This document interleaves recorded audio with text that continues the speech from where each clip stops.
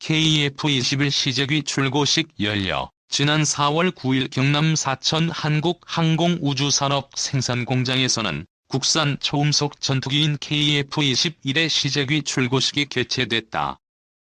문재인 대통령과 프라보워 인도네시아 국방장관 그리고 안현호 카이 사장 등 주요 관계자들이 참석하여 KF-21 시제기의 출고를 축하했다. 문재인 대통령은 기념사에서 앞으로 KF-21이 우리 공군의 중추가 될 것이고 이번 개발로 한국 항공산업 역사의 이정표를 세웠다고 언급하며 강한 기대감을 드러냈다. 또한 한국이 2030년대 항공산업 세계 7위로 도약할 수 있도록 정부의 지원을 아끼지 않겠다고 약속했다. KF-21 개발 단계를 살펴보면 2018년 기본 설계를 완료했으며 2019년 2월 부품 가공에 착수했다. 2019년 9월에는 상세 설계를 통과했고 시제기 출고 이후에는 지상시험을 거쳐 2022년 초도 비행에 착수할 예정이다.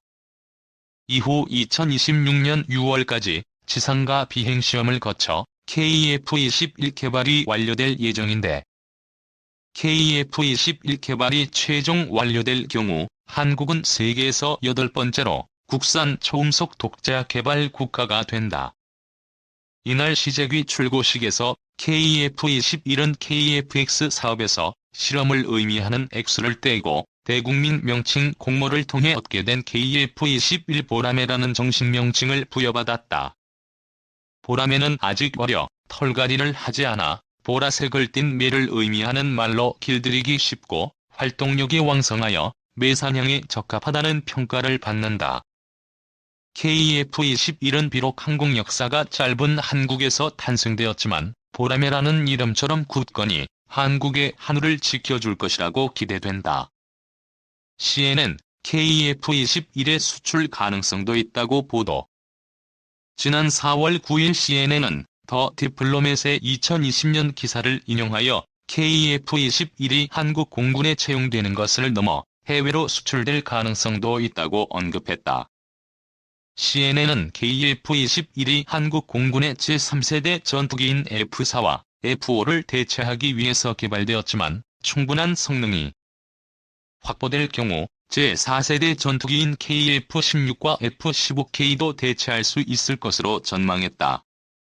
게다가 F-35와 비교하여 KF-21의 가격 경쟁력이 높을 것으로 예상되므로 이미 한국의 F-50 경공격기를 운영하고 있는 태국, 필리핀, 이라크 같은 국가들이 KF-21의 주요 고객이 될 수 있을 것이라고 언급했다.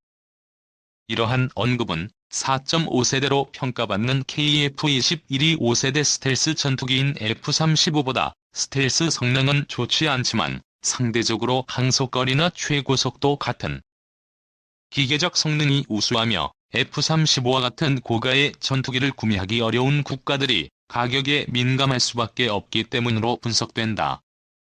CNN은 스톡홀름 국제평화연구소의 통계를 인용하여 한국의 2016에서 2020년 무기 수출은 직전 5년과 비교하여 210% 증가한 수준으로 글로벌 무기 시장에서 2.7%의 점유율을 차지하고 있다고 언급했다. 또한 성공적인 마케팅으로 KF-21의 수출에 성공한다면 글로벌 무기 시장에서 한국의 우수성을 인정받고 있는 경향이 지속될 것이라고 CNN은 덧붙였다. KF-21 개발의 가장 큰 의미는 65%에 이르는 국산화율. 지난 4월 9일 카이는 KF-21 초도 양산 1호기 기준 65%에 달하는 국산화 기반을 토대로 개발을 추진하고 있다고 설명했다. 이와 관련하여 업계는 AESA 레이더, EOTGP, IRST, EW 스위트 등의 항전 장비를 포함한 85종의 품목이 국산화 진행 중이라는 사실에 주목하고 있다. ESA 레이더는 다량의 송수신 모듈을 탑재한 후 전자적으로 위상을 변화시켜 원하는 방향으로 레이더 빔을 주사하거나 수신하는 방식의 레이더를 의미한다. 초기의 기계식 레이더는 반사판을 360도 회전시켜 원하는 방향을 감시하는 방식을 채용했던 것에 반해 AESA 레이더는 레이더를 고정한 채로 빔의 위상을 변화시켜 원하는 방향을 감시하는 방식을 채용했다.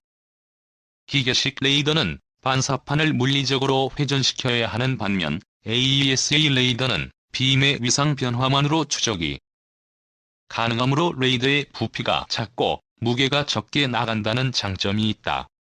게다가 복수의 빔을 제어하여 여러 개의 복수 타겟을 추적하고 교전할 수 있으며 기계식 레이더에 비하여 정보 처리 속도가 빠르기 때문에 현대의 최신 주력 전투기에는 AESA 레이더가 필수적으로 탑재되는 경향을 보이고 있다. 이와 같이 초기의 기계식 레이더와 비교하기 어려울 정도로 성능 격차가 나는 만큼 AESA 레이더를 획득하기 위해 넘어야 할 기술적 장벽이 결코 낮지 않다는 평가가 지배적이다.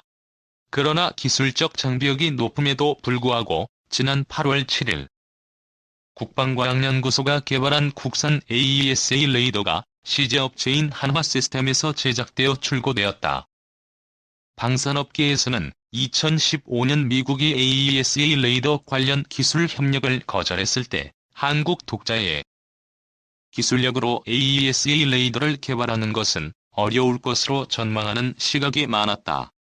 하지만 ADD와 한화시스템 등 한국의 여러 주체들은 AESA 레이더 개발에 도전했으며 결국 지난 8월 7일에 시제품을 출고함으로써 한국 방산업계의 기술력을 한층 더 끌어올리는 것에 성공했다. AESA 레이더는 이번 KF-21뿐만 아니라 후계기에서도 활용될 수 있으며 국산 레이더의 개발로 우리 공군이 요구하는 전투기의 UI를 독자적으로 구현할 수 있는 가능성을 보였다는 점에서 의미가 크다는 평가다. EOTGP는 주야관에서 표적을 탐지, 추적하고 고출력 레이저를 조사하여 유도탄을 정밀 유도하는 장비며 IRST는 적외선 센서를 기반으로 적기와 대공 미사일 등을 탐지, 추적하는 장비로 한화시스템이 개발 제작을 담당하고 있다. EW 스위트는 신호를 수신하여 분석한 후 위협 신호로 판단될 경우 제밍 등을 수행하여 항공기의 생존성을 향상시키는 장비로 LIG 넥스1이 개발하고 있다.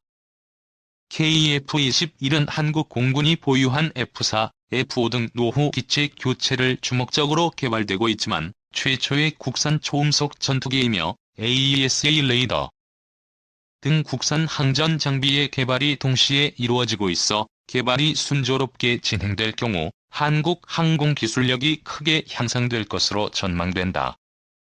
미국, 러시아 같은 기존 항공 선진국들이 많은 시행착오를 겪으면서도 항공기술 개발에 역량을 투입했던 것처럼 한국 또한 KF-21 개발을 통해 시행착오는 피하지 못하겠지만 포기하지 말고 장기적인 관점에서 독자적 항공 관련 기술 개발에 역량을 투입해야 할 것으로 보인다.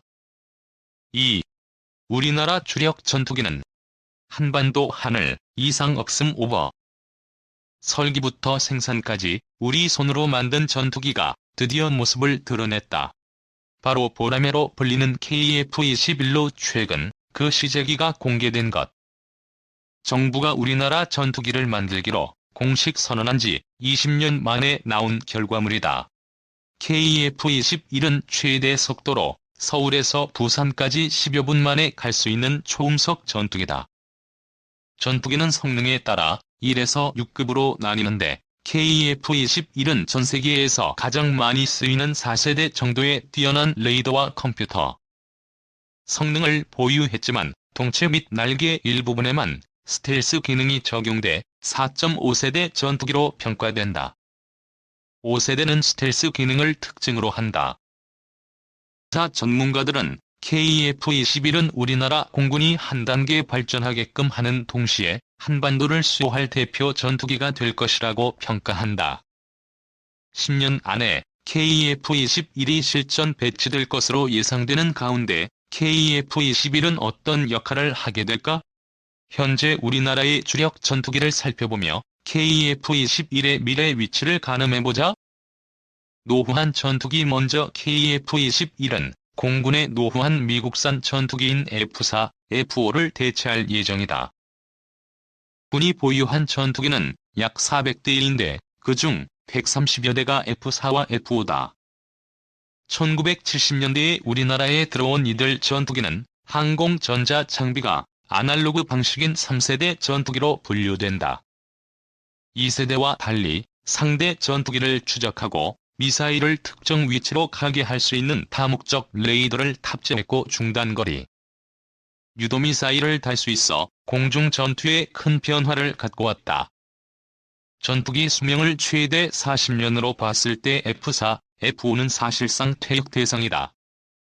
원래 F4는 2019년, F5는 2025년에 퇴역하기로 했지만 KF-21 개발이 늦어지면서 2015년 각각 2024년, 2030년으로 기간이 늘어났다.